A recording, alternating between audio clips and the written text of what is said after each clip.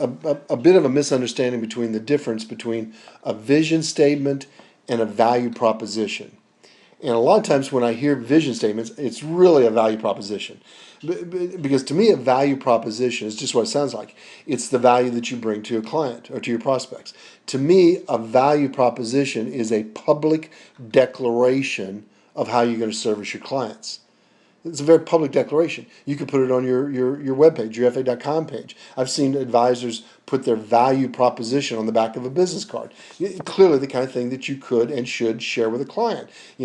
How you're going to service your clients, the value you bring to them. You hear things like, my business is based on integrity and honesty. It's built on building a premier service for my clients, treating their money like my money, helping them to create long-term plans and a goal to accomplish, and a plan to accomplish those goals. Clearly, you could put that on your webpage, and it would be very, very appropriate. A public declaration of how you're going to service your clients.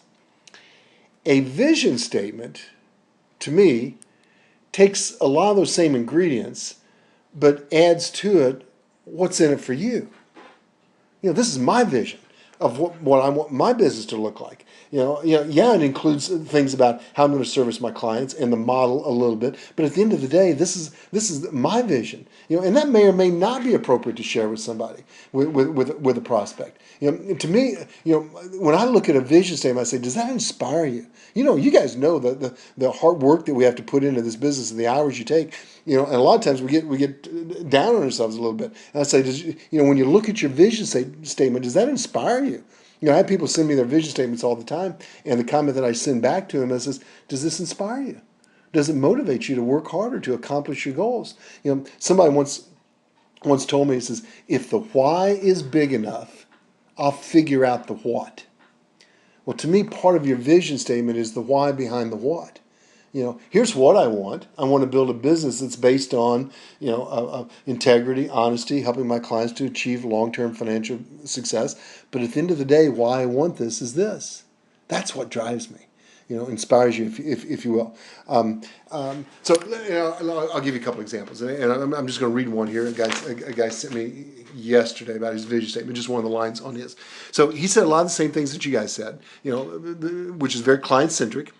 But then he said this. He said, in return for doing good work for my clients, I lead the kind of life that I want to lead. My family and I take a 1-week vacation to a fun spot each quarter. We have a great time doing it. It's part of the reward and the sacrifice that I make in this business.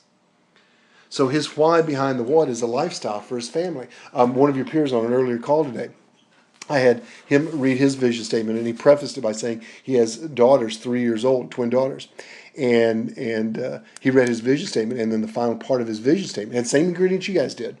But then the final part of his vision statement, he said, and the reason why this is important and why I will accomplish these things is to be able to provide the lifestyle and the education for my daughters, and to give my wife the option within 24 months to stay home with my girls if she chooses. That's what drives him. That's why he comes into work every day. And so as you look at your vision statements, the question I would just ask is there a why behind the what? Does that inspire you? Does that drive you to accomplish the kind of things that you want as you're building your business? So, Brett, what's your take on that when I go through this? Does that make sense? Or as you're starting to create yours, does that make sense putting the why behind the what in it?